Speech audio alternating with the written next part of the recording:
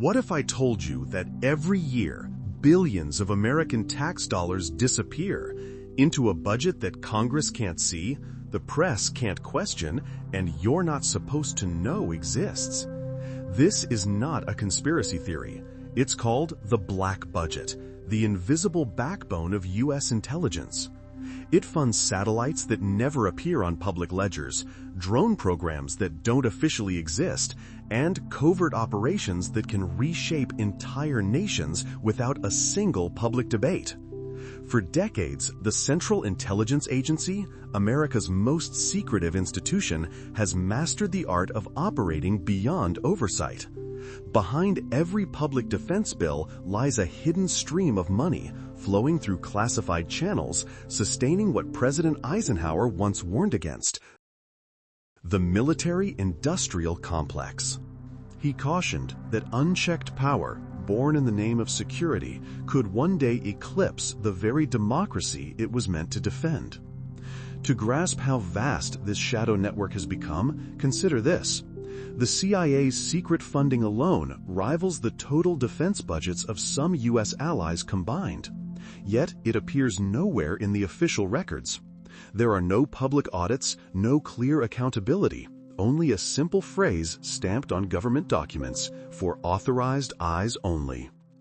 This is not merely about numbers, it's about how money, power, and technology intertwine beneath the surface of American democracy.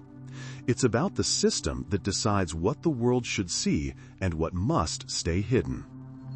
This is the story of the black budget, the story of how the United States built an empire in the shadows, in pursuit of safety, control, and something far more complex: the illusion of freedom. Next, we go back to where it all began, when the ashes of World War II gave birth to a new kind of power, one that would redefine secrecy itself. When the guns of World War II fell silent in 1945, the United States stood at the peak of its power. Its economy was booming, its military unmatched, and its influence global. Yet, beneath the celebration of victory, another emotion began to take hold: fear. The Soviet Union, once a wartime ally, was now an ideological rival armed with ambition, propaganda, and spies. The world that had just been saved from tyranny was dividing once again, this time between democracy and communism. The American intelligence network that had helped win the war, the Office of Strategic Services, or OSS, was dissolved almost overnight. President Harry Truman, a man of legal precision and democratic instinct, feared that a permanent intelligence organization might become a Gestapo of America. He wanted peace, transparency, and civilian control. But peace proved fragile, and transparency came at a cost. As Soviet agents moved swiftly across Europe, influencing elections, seizing governments, and spreading the reach of Moscow, Washington realized it was flying blind. Intelligence reports were outdated. Decision-makers were operating in the dark. Truman soon admitted a hard truth: America could not lead a divided world without eyes and ears everywhere. In 1947, the National Security Act created the Central Intelligence Agency. On paper, the CIA's mission was modest: collect intelligence, analyze information, and report to the president. But hidden within the act was a short, vague phrase that would shape the next century. The agency could perform other functions and duties as directed by the president. Those 6 words became the foundation for something unprecedented: the legal right to act in the shadows. The CIA was born not as a passive observer, but as an active instrument of power. From the very beginning, it was engineered for flexibility, deniability, and reach. It could run covert operations, influence elections, and even change regimes, all without public accountability. Truman may not have fully grasped it at the time, but he had just created the most powerful secret organization in modern history. Money followed soon after. The Marshall Plan, a $13 billion effort to rebuild Europe, was not only an act of generosity, but also a tool of influence.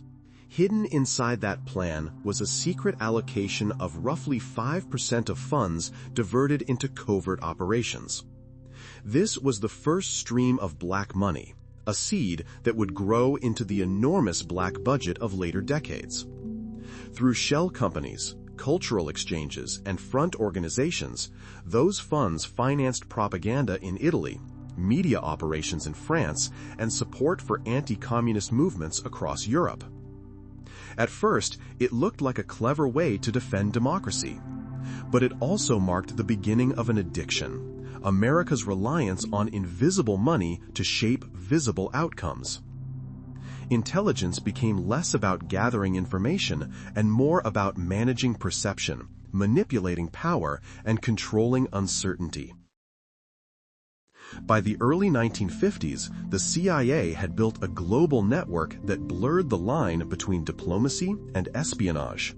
Field officers operated under the cover of journalists, businessmen, or diplomats. Front companies moved cash, weapons, and information between continents. The agency ran secret airstrips, trained guerrilla fighters, and recruited political insiders from Saigon to Santiago. It was not just watching history, it was rewriting it. Inside Washington, the CIA quickly became indispensable. Presidents relied on it to solve problems that diplomacy couldn't touch.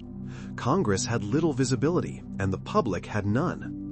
Every operation created new dependencies, new alliances, and new shadows. And the more the world fractured, the more valuable those shadows became. Truman himself began to grow uneasy. In later years, he would write that he never intended the CIA to become an operational or policy-making arm of the government. But by then, the transformation was irreversible. Secrecy had become the new currency of power. The agency had evolved from a defensive tool into an offensive engine of American dominance. From its inception, the CIA represented more than intelligence.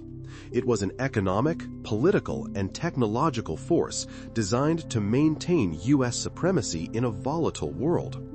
Its creation marked the birth of a new kind of warfare, one fought not with armies, but with money, influence, and information. The world was entering the Cold War, a conflict defined not by open battlefields, but by invisible lines and unseen decisions. And at the center of it all stood a young agency with a limitless mandate and a hidden budget, the perfect instrument for a superpower learning to rule the world from the shadows. Next, we'll see how that power was tested and unleashed when the CIA stepped out of the shadows and began toppling governments in the name of freedom, one covert operation at a time. By the early 1950s, the CIA had outgrown its infancy. What began as an intelligence service was quickly becoming something far larger, a global actor capable of reshaping governments, steering economies, and deciding the fate of nations. The Cold War had given the agency both purpose and permission. The mission was simple: stop communism by any means necessary. And in that mandate, almost anything could be justified. The first great test came in Iran, 1953.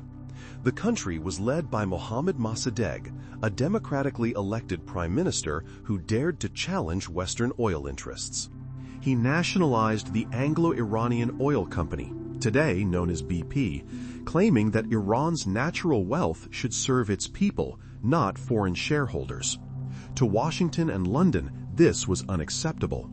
Oil was power, and losing it to nationalist movements threatened not only profits, but also influence in the Middle East.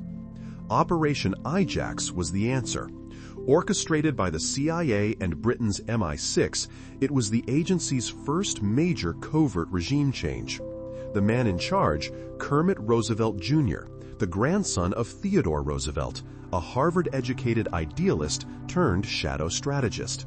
His mission: remove Mossadegh and restore the Shah to power, all without firing a single American bullet.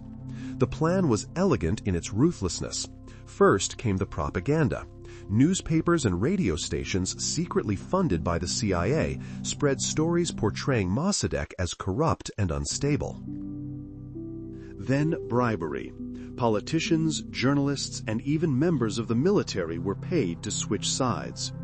When the chaos peaked, hired mobs flooded the streets, clashing with police. Within 48 hours, the government collapsed. Mossadegh was arrested, and the Shah returned to Tehran as Washington's loyal ally. Kermit Roosevelt flew home a hero. Operation Ajax was hailed inside the CIA as a masterpiece, a clean, cheap, and bloodless success. But it carried a hidden cost. The coup destroyed Iran's fragile democracy and planted deep resentment toward the United States.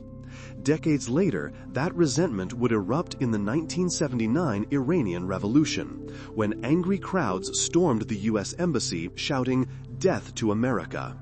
Flush with confidence, the CIA repeated the formula just 1 year later in Guatemala. President Jacobo Arbenz, another democratically elected leader, had dared to challenge the interests of the United Fruit Company, an American corporation that controlled vast swaths of the country's land and economy. Arbenz wanted to redistribute unused land to poor farmers, a move that Washington labeled communist. Operation PB Success was launched. Propaganda again led the charge. CIA radio broadcasts announced fake military uprisings, sowing panic across the nation. Local officers were bribed, opposition militias armed, and an illusion of rebellion manufactured. By the time U.S.-supplied planes began dropping bombs near Guatemala City, Arbenz had lost control. He resigned and fled the country. Another win for democracy, at least on paper. But, as in Iran, victory came at a price. The new regime unleashed decades of repression, civil war, and death squads. The CIA's success in Guatemala sent a message to the world and to itself. Regime change could be engineered, controlled, and sold as liberation. In reality, it was the perfect business model for covert power. Low cost, high impact, minimal visibility. Inside Langley headquarters, a pattern emerged. Propaganda, bribery, coup, puppet regime. It was a formula that combined psychological warfare with financial precision. Dollars became weapons. Public perception became the battlefield. Each operation refined the model, making it faster, cleaner, and more profitable. The black budget was no longer just a pool of secret money. It was the operating capital of American influence. Yet even as the agency celebrated, cracks began to show. Reports from the field revealed rising anti-American sentiment. Local populations saw the United States not as a liberator, but as a manipulator. CIA officers dismissed these warnings as temporary turbulence. After all, in the ledger of the Cold War, the numbers looked good. 2 governments down, communism contained, costs minimal, success by every bureaucratic measure. But history would tell another story. Each coup that secured short-term control also destabilized regions for generations. Iran's monarchy became a dictatorship propped up by fear. Guatemala descended into civil conflict that killed over 200,000 people. The CIA had learned how to change the world, but not how to live with the consequences. Kermit Roosevelt himself later admitted the moral weight of what he'd done. In interviews years afterward, he reflected that overthrowing Mossadegh was so easy, so cheap, and so wrong. Yet by then, it was too late. The United States had discovered a new kind of power, one that didn't need armies or declarations of war, only secrecy and a steady flow of hidden money. This was the CIA's golden age and its original sin. Each operation expanded the boundaries of what was possible and erased the boundaries of what was right. From Tehran to Guatemala, the agency's fingerprints were everywhere, invisible but undeniable. In less than a decade, the CIA had transformed from an intelligence agency into an architect of global politics. It had proven that governments could fall with the right mix of money, manipulation, and timing. But it had also proven something darker, that even the most sophisticated empire cannot control what happens after the coup. The triumphs of the 1950s would soon give way to paranoia, blowback, and disillusionment. Because every secret victory carried within it the seed of future chaos. Next, we'll follow the CIA into its next transformation, when surveillance replaced spies and technology became the new weapon of power.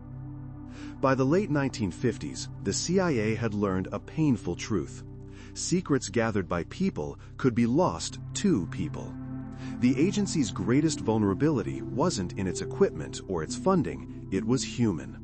Soviet double agents had infiltrated Western intelligence networks, feeding false information, exposing assets, and turning entire operations to dust. Traditional espionage was no longer enough. If the Cold War was to be won, it would have to be won through technology. Inside Langley, a new idea began to take shape. Intelligence that didn't rely on loyalty, but on physics. Instead of spies crossing borders, machines would cross the skies. Instead of whispers in dark alleys, information would come from cameras, sensors, and signals.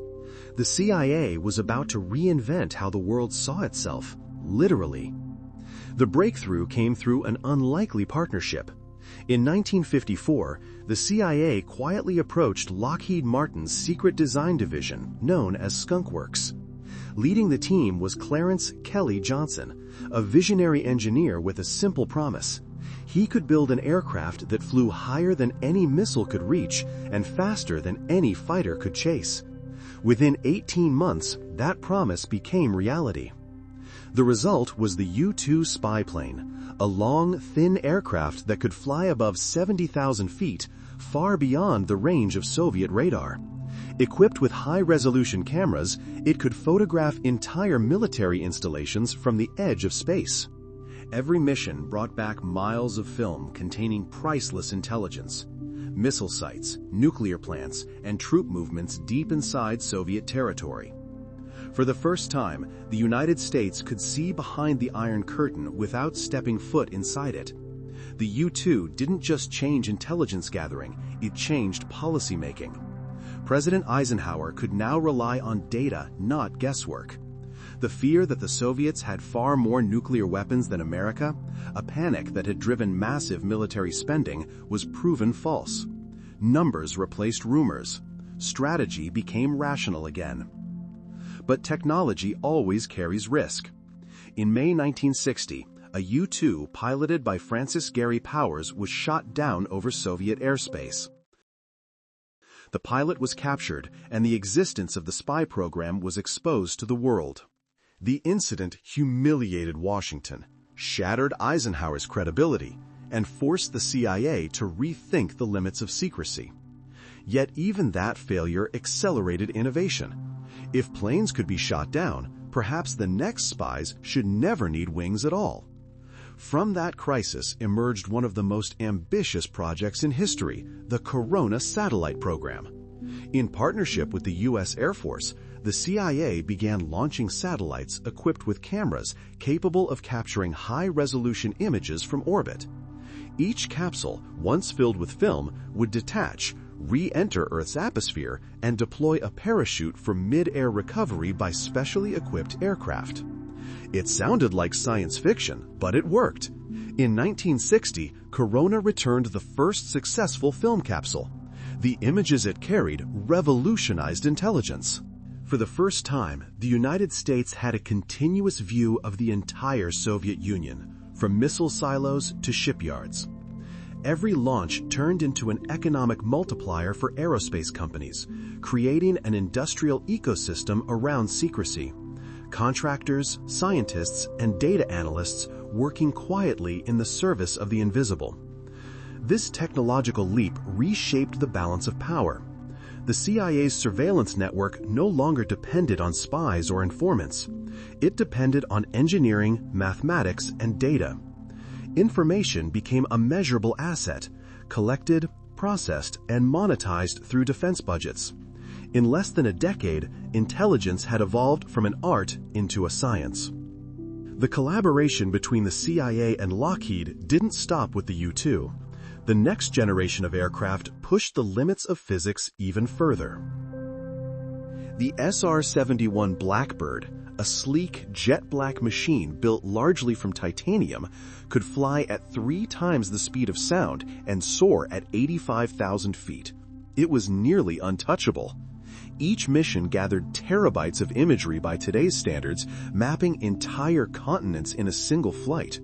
To support it, the agency developed new photographic techniques, data processing centers, and secure communication systems, laying the groundwork for what we now call real-time intelligence. But the impact went beyond espionage.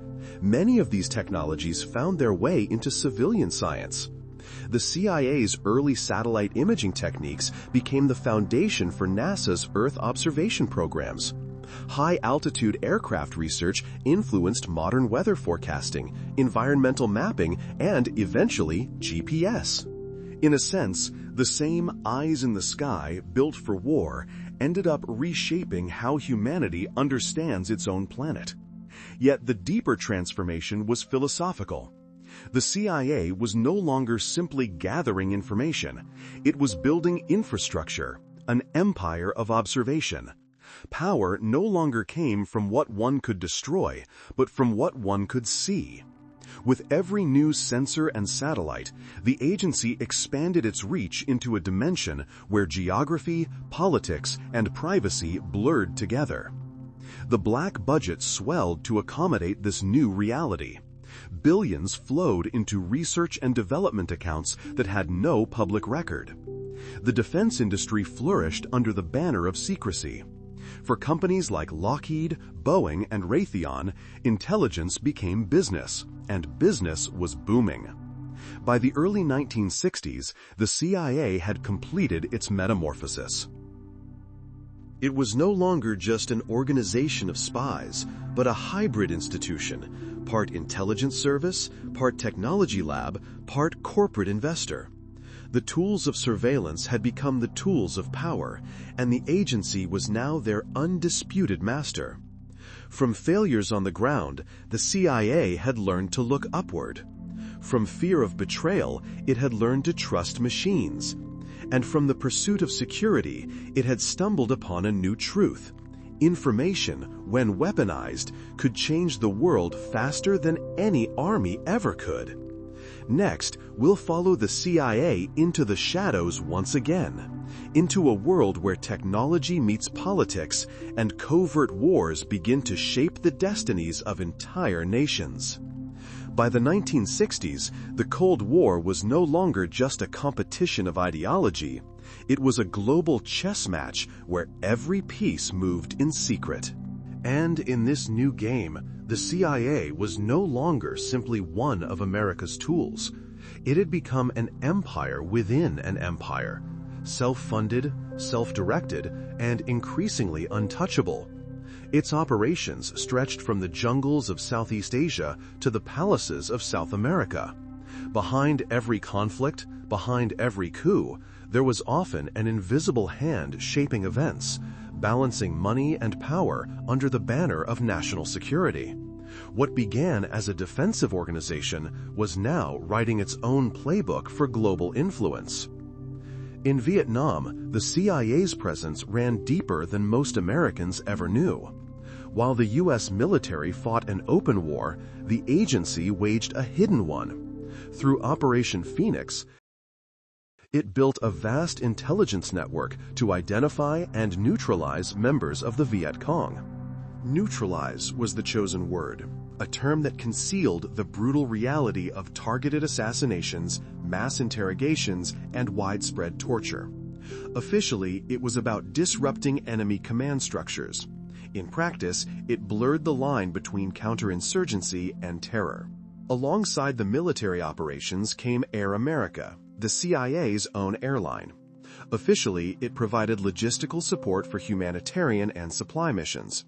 Unofficially, it became the backbone of covert transport across Southeast Asia, moving people, weapons, and at times narcotics.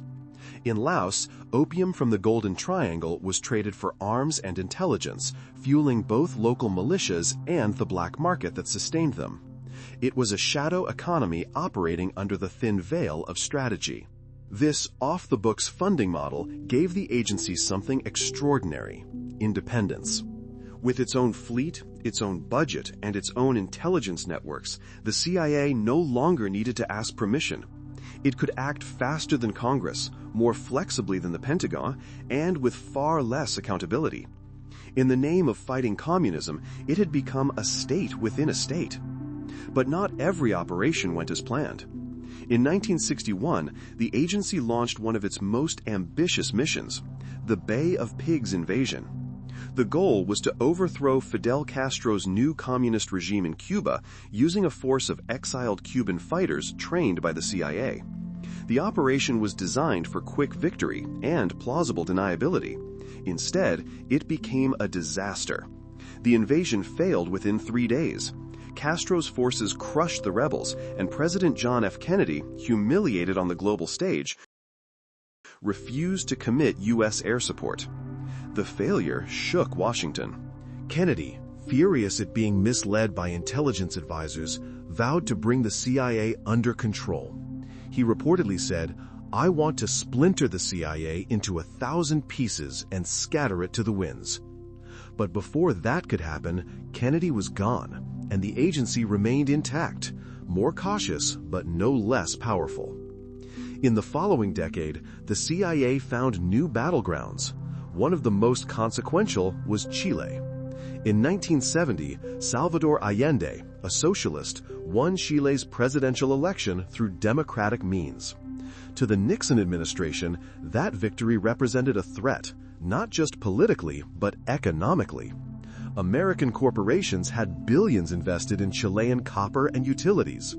A Marxist president jeopardized those profits and challenged U.S. influence in Latin America. Under Operation Fubelt, the CIA orchestrated a campaign to destabilize Chile. Millions of dollars were funneled to opposition groups, media outlets, and sympathetic military officers. Strikes were funded, riots were staged, and propaganda flooded the airwaves.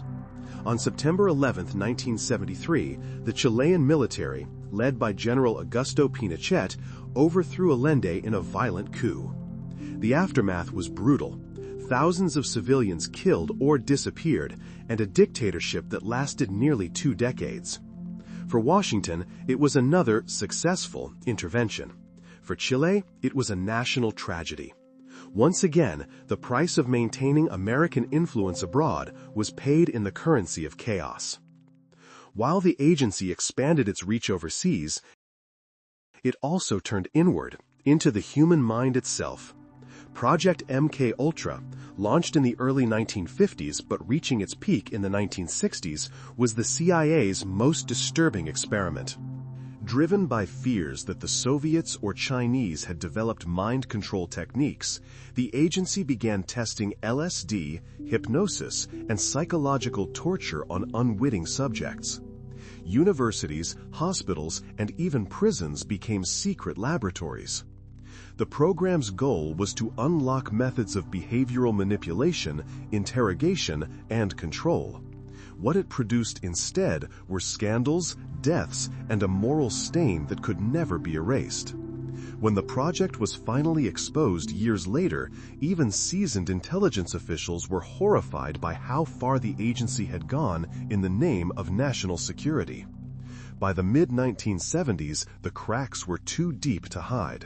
The Vietnam War had ended in disillusionment, and public trust in government was collapsing. In 1975, the Church Committee, a Senate investigation led by Senator Frank Church, began uncovering decades of CIA misconduct, assassination plots, illegal surveillance, political manipulation, and human experiments. For the first time, the shadow empire was dragged into the light. What the committee revealed was staggering. The CIA had not only acted beyond the law, it had acted beyond control. Even presidents struggled to rein it in. The very agency designed to protect democracy had, in many ways, operated outside it. In the aftermath, new oversight mechanisms were introduced and reforms were promised. But the fundamental question remained: could an institution built on secrecy ever truly be transparent? By the end of the 1970s, one truth was clear: the CIA was no longer just a servant of policy. It was a force of its own, sustained by its networks, its covert funding, and its culture of autonomy. The empire within the empire had survived scandal, failure, and exposure.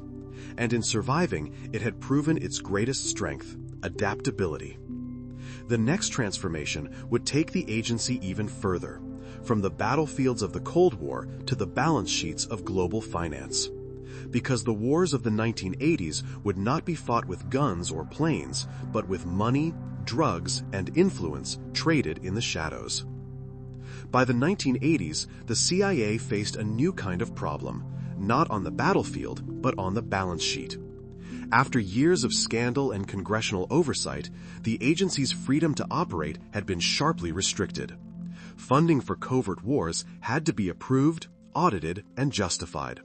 But in the world of intelligence, time was money, and oversight was the lay. The solution was as bold as it was dangerous. Build a parallel financial system that existed outside the reach of Congress, the Treasury, or even the law. This was the birth of what insiders would later call the shadow economy of power. Through offshore accounts, front companies, and secret intermediaries, the CIA learned to move money the way it once moved weapons: quietly, efficiently, and invisibly. The defining scandal of this era began in Central America. The Reagan administration was determined to stop the spread of leftist movements in the region, especially the Sandinista government of Nicaragua. Congress, however, had passed the Boland Amendment, explicitly forbidding the use of federal funds to support the anti-Sandinista rebels known as the Contras. On paper, the war was over. In practice, it was just beginning. Under the direction of National Security Council staffer Oliver North, and with the CIA's logistical support, a secret network emerged. The plan was ingenious in its simplicity: sell American weapons to Iran, then under an arms embargo, and funnel the profits to the Contras. It was an illicit triangle of cash, arms, and ideology. Planes flew from U.S. bases loaded with missiles, returned with cash, and that cash vanished into offshore accounts, only to reappear in the jungles of Nicaragua as guns and ammunition. The Iran-Contra affair, as it came to be known, was both a financial and moral catastrophe. When the operation was exposed in 1986, it revealed a hidden ecosystem of intermediaries, private contractors, retired operatives, and shell companies spread across the Caribbean and Europe. Congressional hearings followed, and indictments were issued, but few faced real consequences. The system had grown too complex, too international, and too useful to be dismantled. While Central America burned, another network was thriving, one far larger and far darker. The CIA's fight against the Soviets in Afghanistan had become the centerpiece of Reagan's foreign policy. To fund Afghan Mujahideen fighters, the agency relied on covert money pipelines stretching from Pakistan to the Persian Gulf. Enter the Bank of Credit and Commerce International, or BCCI. On paper, BCCI was a global financial institution operating in 70 countries. In reality, it was a money laundering hub for dictators, arms dealers, intelligence services, and drug cartels. It handled the unhandleable, billions in untraceable cash hidden beneath layers of corporate secrecy. The bank's clients included not only Middle Eastern elites, but also organizations tied to the CIA's covert operations. BCCI financed weapons deals for Afghanistan, managed slush funds for intelligence activities, and quietly facilitated the movement of cash that could never appear on any government ledger. When regulators finally caught up, BCCI was revealed as the Bank of Crooks and Spies. Billions of dollars vanished before investigators could freeze the accounts. For the CIA, it was both a scandal and a warning. The same system that enabled its global reach could also implode overnight. Yet even as these revelations surfaced, the black budget kept expanding. Every year, billions were allocated to classified research, special programs, and national security initiatives. No public audit could trace where the money went, and even the president received only partial briefings. This opacity created fertile ground for an entire ecosystem of shadow contractors and private intermediaries. Aerospace firms, logistics providers, and consultancies operated as extensions of the intelligence state, each with their own cut of the classified economy. Through the 1980s, a new phrase circulated in Washington's backrooms.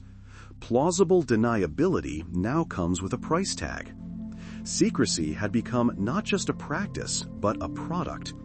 Money that once moved through congressional budgets now flowed through offshore havens and shell corporations registered in Panama, Luxembourg, and the Cayman Islands. The lines between government, business, and organized crime blurred until they were indistinguishable. Even the drug trade became part of this shadow network. Multiple investigations suggested that U.S.-backed forces in Latin America were trafficking cocaine to finance their own operations, sometimes with tacit CIA awareness. The profits sustained covert wars that Congress never approved and the public never knew existed. For every dollar tracked through official channels, another moved unseen through the arteries of the black economy. By the late 1980s, the black budget had reached unprecedented levels, estimated at over $40 billion in today's value. It was money without oversight, accountability, or even ownership. The system that once relied on secrecy to protect democracy was now using secrecy to protect itself. What began as a workaround had evolved into a worldview that control, not transparency, was the true measure of power. The CIA no longer just managed intelligence, it managed liquidity. It operated as both an arm of the state and a stakeholder in the global financial underworld. The consequences went far beyond policy. Every covert dollar created dependencies, private arms brokers, bankers, and mercenaries whose loyalty was measured in invoices, not ideology. The shadow economy became self-sustaining, expanding through wars, crises, and coups. When one operation ended, another began, because too many fortunes depended on the flow never stopping. When the Iran-Contra hearings concluded, a member of Congress asked a simple question: if no one controls the money, who controls the mission? No one in the room could answer. That silence defined the decade. The Cold War's military front was winding down, but a new war was taking shape, one fought not for territory, but for data, dollars, and digital dominance. Because when war becomes business, morality becomes just another cost of doing it. Next, we'll enter that new era, where 9/11, drones, and algorithms would transform the CIA's secret empire once again, replacing cash and guns with code and machines. On the morning of September 11, 2001, the world watched the unimaginable. As the Twin Towers fell, so did every assumption about America's security. The most powerful intelligence apparatus on Earth had failed to prevent the deadliest terrorist attack in U.S. history. Inside the CIA's Langley headquarters, shock turned into something colder: resolve. The agency that had spent decades in the shadows was about to step into the light of a new kind of war. What made 9/11 even more haunting was that the warning signs had been there all along. Inside the CIA's Alex station, the unit dedicated to tracking Osama bin Laden, analysts had spent years following a trail of clues: intercepted messages, suspicious travel patterns, and whispers of a coming plot. They knew Al-Qaeda was planning something big. But amid bureaucratic friction and interagency rivalry, the dots were never fully connected.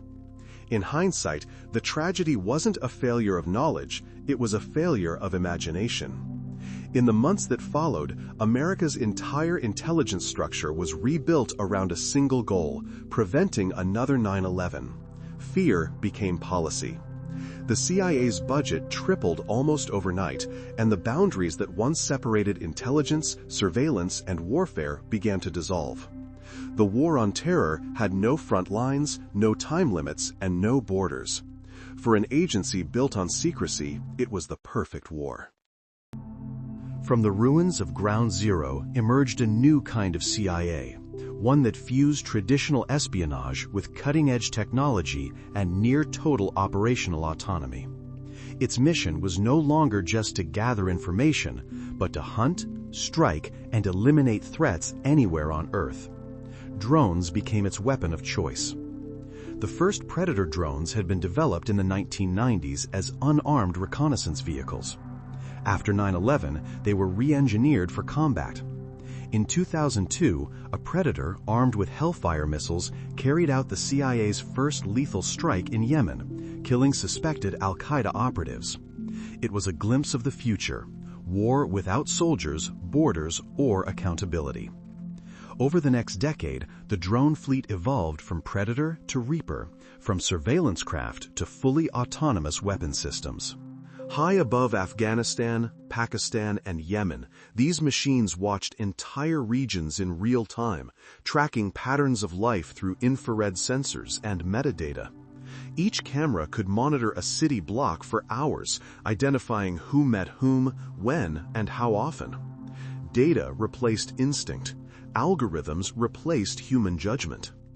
The CIA called this new process the kill chain, a seamless digital pathway from identification to execution. Analysts in Virginia could watch a suspect thousands of miles away, confirm their identity, and authorize a missile strike, all in less time than it took to read a newspaper headline. The euphemism for this policy was targeted killing. Another phrase soon entered the lexicon: signature strike. Attacks based not on a known identity, but on a pattern of behavior deemed suspicious by data models.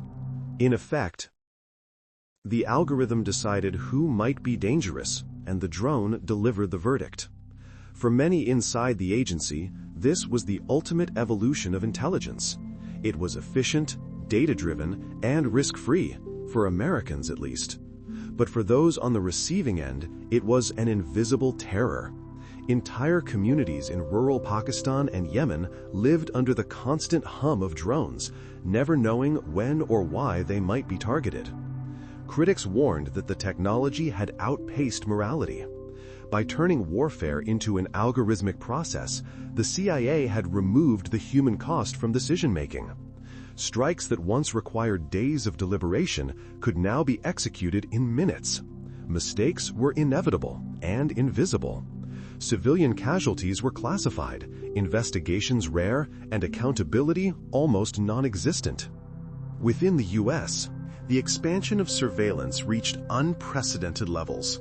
The same tools used abroad to track militants were now deployed at home to monitor communications, financial transactions, and online activity. The boundaries between intelligence and privacy blurred beyond recognition.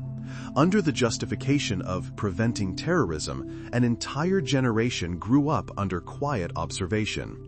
By the 2010s, the CIA's technological apparatus had become inseparable from the American economy itself. Silicon Valley's data giants, Google, Amazon, Palantir, supplied the software and cloud infrastructure that powered global surveillance. The war on terror had turned into a trillion-dollar ecosystem of contractors, engineers, and data scientists. Security became the new growth industry. And yet, even as the tools grew smarter, the mission grew murkier.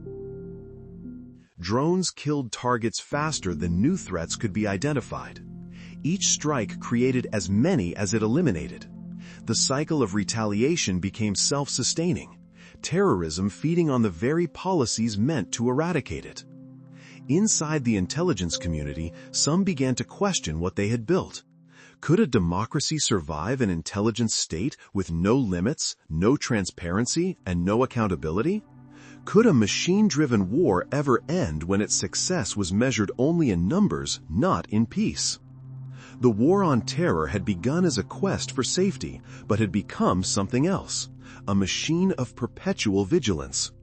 The CIA had transformed itself into a technological empire, armed not just with weapons, but with the power to see, track, and decide.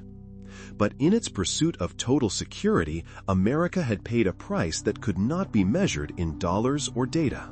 It had surrendered the one thing that defined it: privacy, due process, and the moral clarity that separates defense from domination.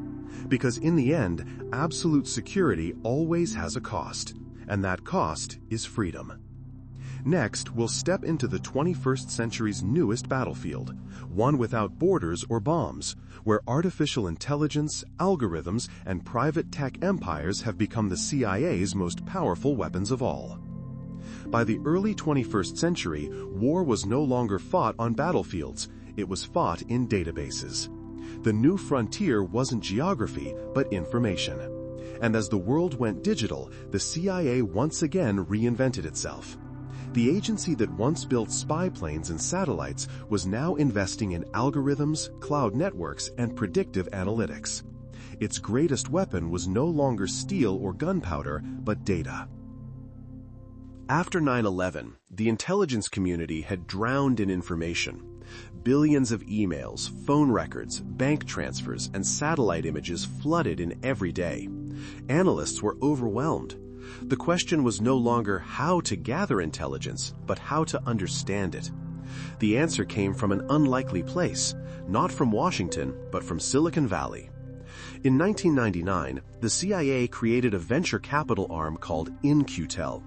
Its mission was simple but revolutionary: fund private startups developing technologies that could serve intelligence goals. It was the bridge between Langley and the Valley, the meeting of secrecy and innovation. Through In-Q-Tel, the agency could invest quietly in companies shaping the future of surveillance, cybersecurity, and artificial intelligence. One of those companies would become legendary: Palantir Technologies.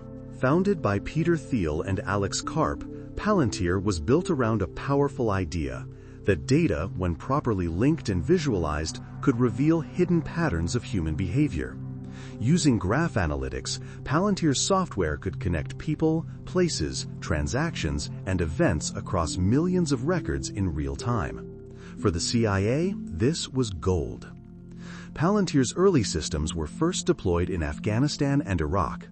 They allowed intelligence officers to map insurgent networks, trace money flows, and predict attacks before they happened. What once took weeks of manual analysis could now be done in seconds. Soon, Palantir's reach extended far beyond the battlefield, tracking terrorist financing, cybercrime, and even pandemic response. This partnership marked the birth of a new alliance, the Silicon Valley-Langley Nexus. The same engineers who built apps for social media or e-commerce were now writing code that shaped global surveillance. Every innovation in consumer technology, smartphones, social platforms, cloud computing, became another window for intelligence gathering. The frontier between private data and national security all but disappeared. For the CIA, the black budget of the digital age looked very different from the days of secret airstrips and shell companies. Billions were now spent on artificial intelligence, quantum encryption, cyber offense, and information warfare. The agency funded tools capable of monitoring financial transactions in real time, mapping the global movement of capital, and tracing cryptocurrency flows across borders. In practice, this meant that the CIA could track almost anyone, anywhere. A suspicious wire transfer in Dubai, a phone ping in Kiev, a conversation on an encrypted app, all could be cross-referenced and analyzed in seconds. The system didn't just see, it understood. And through predictive modeling, it could anticipate behavior before it happened. Surveillance had evolved into foresight. But this new capability came with a dangerous illusion: the belief that data can replace judgment. Algorithms, no matter how advanced, are built by humans and reflect their biases. When those biases are scaled across millions of decisions, they shape reality itself. A false flag in a data model can lead to a drone strike. A misinterpreted network pattern can redefine who is seen as an enemy. the consequences are invisible until it's too late. Meanwhile, the commercial side of this alliance exploded. Companies like Palantir, Amazon Web Services, and Google Cloud became indispensable to the national security state. The same infrastructures that power Netflix and online banking also host classified intelligence programs. The CIA no longer just consumed data, it co-owned the architecture that produced it. Secrecy and capitalism had fused. As technology advanced, oversight struggled to keep pace. Congressional committees built for the analog age could barely comprehend the complexity of AI-driven surveillance. Legal frameworks lagged years behind the tools they were meant to regulate. When lawmakers asked the CIA how much of its analysis now relied on private algorithms, the answer was classified. In the age of cyber warfare, the agency's focus expanded beyond terrorism. It moved into great power competition: Russia, China, and the new digital battlegrounds of influence. Cyber operations became the modern equivalent of covert coups, disabling infrastructure, manipulating data, shaping narratives online. The proxy wars of the 20th century had become proxy networks in the 21st. Ukraine became one of the most visible examples. Long before the 2022 invasion, the CIA had invested heavily in digital intelligence training, secure communication systems, and cyber defense capabilities. War had shifted from trenches to terminals. The battlefield was measured not in miles, but in megabytes. But as the CIA embraced its technological transformation, a deeper question began to surface, one that no algorithm could answer. When power depends on data, who controls the truth? When surveillance becomes total, can freedom still exist? Even inside the intelligence community, unease was growing.